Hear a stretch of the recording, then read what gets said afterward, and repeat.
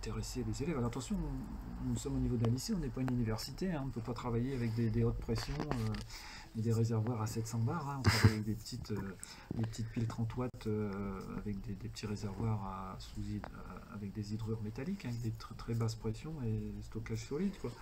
Mais ça permet de travailler cette technologie déjà avec les élèves de première, hein, puisque ce projet il est plutôt en première. En terminale, on travaille aussi sur un chalutier hydrogène depuis quelques années, qu'on a complètement changé cette année. Et puis ça crée ce projet des 24 heures, là ça crée quand même une belle émulation dans le lycée, surtout à l'approche de la course. Là on a décidé cette année justement aujourd'hui de faire ce concours design une semaine avant. Bon déjà pour ceux qui suivent un petit peu l'événement et le projet, cette année, on ne peut pas faire l'événement sur une durée de 24 heures. Hein, Malheureusement, on doit rester sur le temps scolaire.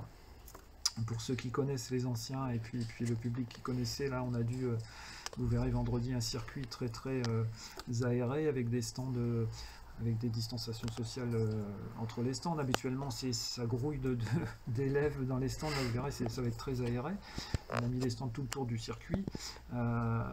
Et puis voilà, on sera entre nous, sans public. Et voilà, donc on a décidé de faire le concours design une semaine avant pour justement ne pas tout faire le même jour et encore une fois amener des attroupements autour du circuit. Et donc je pense que c'est une idée même qu'on gardera parce que ça permet de lancer les 24 heures une un peu semaine différemment. avant, de faire un petit peu d'animation dans l'école, de faire monter la pression entre les élèves. C'est toujours un peu d'engouement de toute façon cet événement de 24 heures et là le fait de tout rediffuser etc. et puis faire le concours design qui est d'habitude le matin, c'est ça? Le matin, ouais, le matin des 24 heures et ça permettra à un moment au niveau des 24 heures d'être un peu plus cool et ne pas avoir ça à penser ce jour-là. Et puis même c'est bien parce que ça fait monter le projet en pression une semaine avant. Et puis c'est bien parce que les élèves s'aperçoivent, parce que tant qu'on n'est pas dans la réalité et proche de la date, bon, les élèves ont toujours un petit peu le temps. Voilà, Ouais, il reste ça. etc. Et puis là, ils s'aperçoivent en voyant tout ce que les autres ont fait, puisque c'est la première fois que toutes les équipes voient ce que les autres équipes ont sorti. Ben là, ils s'aperçoivent certains que waouh, il y a du boulot encore et qu'il faudrait se bouger. Voilà, donc il reste une bonne semaine pour y travailler. Bon, il y a quand même lundi qui est férié, donc ça va aller vite. Ouais. Après, les voitures sont toutes roulantes, hein, mais bon, il y a des petits essais qui n'ont pas encore été faits. On a vu également le concours de vidéo qui est une nouveauté, hein, où là, des équipes ont pris la voiture le week-end, ont fait l'effort de faire de très belles vidéos. On a vu des très beaux montages, etc. Voilà, après, c'est pas leur spécialité du tout, hein, c'est pas du tout, mais voilà, c'est une partie de communication et dans leur formation de bac STI 2D, leur épreuve de projet, c'est une épreuve de communication. Tu as connu ça de toute façon. Oui. Donc le fait de parler de leur projet déjà maintenant, même en seconde, hein, donc ça les fait déjà travailler pour l'année d'après. Et puis ça permet beaucoup de mettre en valeur tous les partenaires qu'ils sont allés démarcher. Et voilà, il y a des vidéos qui ont déjà plus de 1000 vues sur YouTube, là c'est quand même, voilà, c'est bien quoi. Donc, il y en a qui ont bien partagé, etc. Ouais, ils ont fait... Donc voilà, voilà, sinon ouais, c'est... Bon après, cette année on va faire une course de 8 heures au lieu de 24 heures, mais voilà. Mais on l'a fait déjà. On l'a fait déjà, voilà. Donc, comme je dis déjà, s'il y a une nouveauté cette année, c'est bien le fait qu'on ait réussi à le faire. C'est ça. Non mais c'est vrai, hein, Ouais. c'est dans ces temps assez compliqués, pouvoir ressortir un projet d'une ampleur pareille, malgré que ça soit à huis clos, pendant les temps scolaires, ça reste quand même un plaisir, que ce soit pour les élèves ou même pour vous, je suppose, de pouvoir reprendre cette aventure-là, qui sont les 24 heures. Quoi. Déjà l'an dernier, on avait tout préparé et puis ça s'est arrêté net, quoi. Et pourtant, beaucoup de voitures étaient presque prêtes, hein, donc les élèves ont été quand même très déçus. Cette année, on ne pouvait pas ne pas faire quelque chose, quoi. Donc heureusement, en fait, on a suivi toutes les décisions gouvernementales mois par mois, semaine par semaine, et puis on a espéré qu'à ce moment-là, là dernièrement, de savoir qu'on pouvait le faire. Sur la durée de 24 heures, on n'aurait pas pu.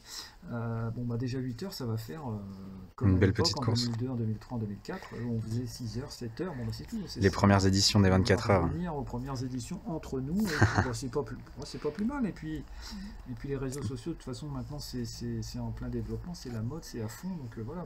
C'est une expérience différente aussi. C'est une expérience différente. Il y aura autant de public sur les réseaux, peut-être même plus, et ça va peut-être attirer d'autres personnes qui ne seraient pas forcément venues à Saint-Jean. Et voilà quoi. En plus, le circuit sera propre, nickel. Ce sera comme d'habitude, hein, mais sur 8 heures. Sur 8 heures. Voilà. Et puis on a la chance aussi d'avoir réussi à avoir deux beaux parrains et marraines hein, qui viendront rendre visite aux jeunes. Donc la marraine, c'est Manuel Martin, qui est vice-président de la région Hauts-de-France en charge de l'enseignement et de l'orientation. Rien que ça. Il vient voir les jeunes jeudi la veille pendant le warm-up. Et puis le départ sera donné par Charles Roche, qui est un ancien élève comme toi, hein, et qui est maintenant pilote instructeur automobile sur circuit, et entre autres plusieurs pilotes moto hein, du team Suzuki Space 37 là, et qui a plusieurs participations 24 heures du Mans, bol d'or, 6 heures de Spa-Francorchamps, enfin bref, il a fait un petit peu toutes les courses d'endurance moto européennes, là, il y participe tous les ans, et je crois qu'il a fait de mémoire en 2016 12 ou 14e au 24 heures du Mans moto. Voilà. Donc, des parrains et marraines assez exceptionnels encore cette année. Puis c'est bien, puis malgré les conditions, ils ont quand même accepté de venir. Ils ont accepté, et voilà quoi, surtout que Charles, je crois que les 24 heures du Mans moto sont confirmés d'ici peu, là, donc il était, j'ai vu il y a quelques semaines encore au Mans en essai. Et puis voilà, il va prendre de son temps pour venir donner le départ des 24 heures, donc voilà, c'est bien. C'est quand même une chance aussi, ne serait-ce que pour les élèves, etc., de pouvoir rencontrer des gens comme ça, pouvoir parler, et puis avoir des parrains comme ça au 24 heures Saint-Jean, c'est super, ça montre vraiment l'engouement qu'il y a autour du projet quand même. Et surtout cette année, moi je voyais, comme on en a parlé au début, beaucoup d'innovations sur beaucoup de voitures, des choses qu'on n'a vraiment pas encore vues en fait les autres années. On était souvent sur les terminales, les premières qui avaient soit de l'hydrogène, soit une double accu embarquée, et maintenant on a de l'Arduino sur quasiment beaucoup de voitures. On a comme on a dit, les petites innovations avec les panneaux solaires sur des modèles il y a plein de contraintes, des modèles plus plats pour pouvoir placer des panneaux solaires, charger les batteries le jour, pour la nuit, plein de petites nouvelles choses cette année. Et il y a plein de petites nouvelles choses qu'on ne voit pas forcément sur la voiture directement, mais et tu connais ça, les 24 heures, le gros point noir, c'est la moquette. Ouais, j'ai vu beaucoup d'innovations aussi. Voilà, qui vient se mettre dans les roulements à billes, dans les transmissions, enfin bref, tout ce qui tourne et qui roule, c'est démis à moquette. Et donc pas mal d'élèves ont essayé de concevoir des petits dispositifs anti-moquette, des petites cages, des sortes de petits garde-boue, j'ai vu sur 2-3 modèles. Pour empêcher d'avoir de la moquette plein la carrosserie. Usinés en 3D. Et puis des petits carters qui ne vont pas forcément empêcher la moquette d'y aller, mais qui vont la ralentir. Ouais. Et donc, ils verront si ça fonctionne. Et donc, j'espère pour eux. Ce qui est bien, c'est voilà. Puis ce qui est bien dans ce projet aussi, c'est que les élèves passent par exemple les premières CI 2D. Ils ont une épreuve de baccalauréat anticipée en première, d'innovation technologique, où ils vont être interrogés par un jury, avec une note qui compte pour le bac réel l'année prochaine. Encore une nouveauté. On est vraiment, on va dire, ils passent le bac sur les 24 heures. Quoi. Et donc, ça permet d'avoir une petite pression, et puis c'est toujours intéressant. Après l'Arduino, oui, tout ça, on est de plus en plus électronique. Beaucoup d'électronique embarquée aussi. C'est pas évident pour eux, parce que c'est facile sans être facile, hein. Sinon, je veux dire, Arduino, on peut bricoler plein de trucs et puis ça marche, on trouve des codes sur internet, etc. Mais l'objectif, c'est qu'ils comprennent ce qu'il faut. Qu'ils le fassent eux-mêmes. Par exemple, les élèves qui ont mis un capteur qui permet de mesurer, d'avoir sur leur tablette en temps réel ce que consomme la voiture en énergie électrique, hein. Donc c'est un ampèremètre en fait, hein. Donc le capteur qui permet de faire ça, c'est un phénomène physique. Donc ça, ils doivent aller comparer, chercher ce qui existe, comment on peut aller chercher cette information de courant. Et donc ils font des choix entre différents capteurs, différentes technologies, et c'est ça qu'ils expliqueront au jury. Ça s'intègre dans leur projet en fait tout au long de l'année. Dans leur projet, ils ont un diaporama monté, voilà. Donc, après, comme on faisait en terminale avant en fait. Comme on faisait en terminale, c'est passé en première. Voilà. Et donc voilà, puis après derrière, il y en a un autre qui s'occupe de la partie Bluetooth. Plus la tablette et l'application. Après tout ça, il faut l'enfermer dans un boîtier un petit peu étanche pour pareil, la moquette, la poussière, les petites projections d'eau, d'huile, bref voilà. Et donc on est maintenant, même par rapport à ton époque, ça a encore changé, parce qu'avant c'était e-tech, sim, maintenant c'est pluritechnologique, c'est-à-dire que les élèves font de tout. C'est ce que je leur ai demandé un petit peu, présenter leurs options, etc. Et ils m'ont tous dit la même chose en fait, et ça a beaucoup changé par rapport à tout ça. Donc ça permet, puis même pour nous, de faire des choses qu'on pouvait pas faire. Pourquoi il va ce système Alors, parce qu'en fait, on attrape énormément de moquettes sur. Avec ça, hein, parce que les capteurs évoluent, les applications évoluent. Voilà, et puis c'est bien, c'est dire avec la technologie Arduino, on a des nanos, des Uno, des micros, on peut, voilà, par exemple en terminal où on travaille sur des chalutiers et sur une voiture thermique, un 5e que tu as peut-être connu même à l'époque, oui, je me souviens, on est en train de refaire complètement différente. Là on a de la place, on peut mettre un Arduino Nano par exemple, on n'est pas gêné par la place, par la taille du système électronique, tandis que sur une voiture à l'échelle 1/10, forcément il y a beaucoup moins de place. Donc ça c'est pareil, c'est des critères de choix qu'ils doivent évaluer. Alors les élèves, certains bricolent chez eux pas mal, ils connaissent tous le Uno qui est le plus répandu, mais le Nano, le micro, ils ne connaissent pas. Donc là ils sont tout petits, là ça permet de miniaturiser au maximum. Enfin bref, ils s'amusent à tout ça, quoi. Donc on fait des plaquettes prototypes avec des fils volants, ils font des tests, machin, puis après il faut essayer d'intégrer ça sur la voiture. Donc là on fait carrément le PCB, hein, le circuit imprimé qu'on design avec des logiciels, on fait le circuit imprimé dédié à leur système, et on installe ça ensuite sur la voiture. Bon, ce circuit imprimé vient de Chine, hein, mais... Oui, mais vous le faites. Mais on le conçoit. C'est ça aussi à Saint-Jean, c'est pouvoir... L'avantage qu'on a ici et que j'ai eu aussi, moi, quand j'ai passé mon bac, que j'ai été en première, c'est qu'on a vraiment...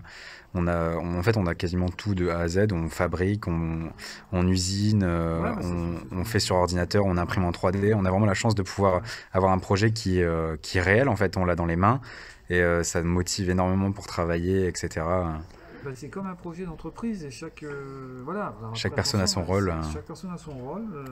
Après, c'est un travail d'équipe, il y a de la communication, il faut s'entendre, il faut que le copain qui n'a pas fait le boulot, ça va retarder le travail de l'autre à côté. Et puis ça, plus ça, ça fait le projet complet. De toute façon, c'est comme en entreprise. Hein. Donc, après, il y a les niveaux. Hein. En seconde, on fait des choses un peu plus basiques, c'est qu'1h30 par semaine. Donc, il y a des choses qui seront même beaucoup pré-mâchées. Mais quand même, voilà, c'est la démarche de projet qui est importante et travailler ensemble. Après, comment dire ça, les compétences évoluent en fonction de l'âge et puis de l'investissement personnel aussi. Ouais, j'ai vu en seconde une petite équipe qui nous a mis une bandeleine en dessous et qu'ils ont fait ça de leur propre chef, quoi. Voilà, donc là il n'y a même pas d'Arduino, ils ont récupéré un logiciel, système d'éclairage qu'on met de temps en temps sur les murs, derrière pour faire un rétroéclairage à LED. Et en fait, ce rétroéclairage, en fait, ils ont désossé complètement le système, ils ont récupéré que le circuit imprimé qu'ils ont mis sur la voiture. Et contrôlable par téléphone. Et ils sont capables avec leur téléphone de contrôler la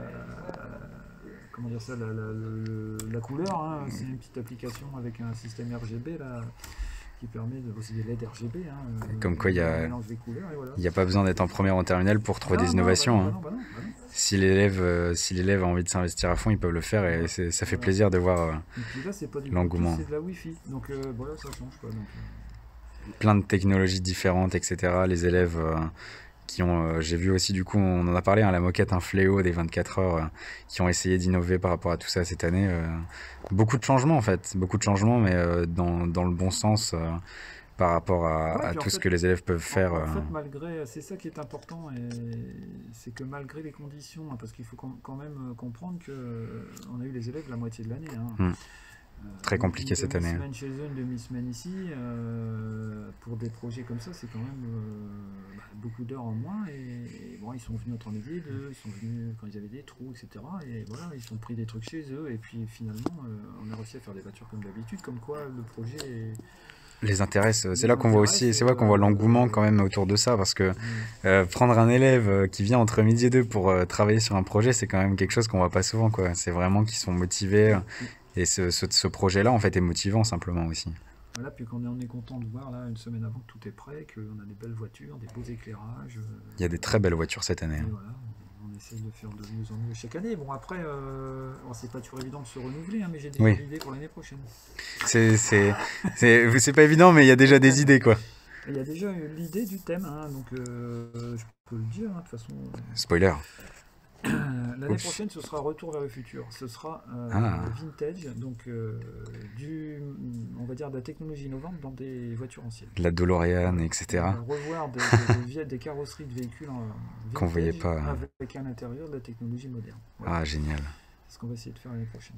Bah, c'est super. Bah, merci beaucoup pour ce temps, Thierry. Merci beaucoup Donc, de nous je avoir dis expliqué. comme ça pour finir, hein, rendez-vous sur les réseaux sociaux, donc YouTube et Facebook, Facebook Live et 24 heures de Saint-Jean sur YouTube pour la course le 28 mai et également le warm-up, les essais libres le jeudi 27 après-midi, où là vous verrez évoluer les voitures sur le vrai circuit, vous découvrirez les couleurs de ce circuit, avec des couleurs qu'on n'a jamais réalisées, en tout cas dans le sens où c'est fait là, hein. Vous aurez un circuit noir et vert, Waouh. avec du vert au centre et du noir sur la piste qu'on n'a jamais réalisé, donc on aura vraiment gazon et goudron, mais ça ressemblera plus à une piste. Que les autres années où on avait des couleurs un peu plus folklore, comme du rose ou des choses comme ça. Voilà. Ben, super, ben, merci beaucoup. Et du coup, rendez-vous, n'oubliez pas, le 27 et le 28 mai sur les réseaux pour suivre tout ça en direct. Et on ne manquera pas de suivre tout ça. Merci beaucoup, Thierry. Allez, à bientôt. Et excellente journée.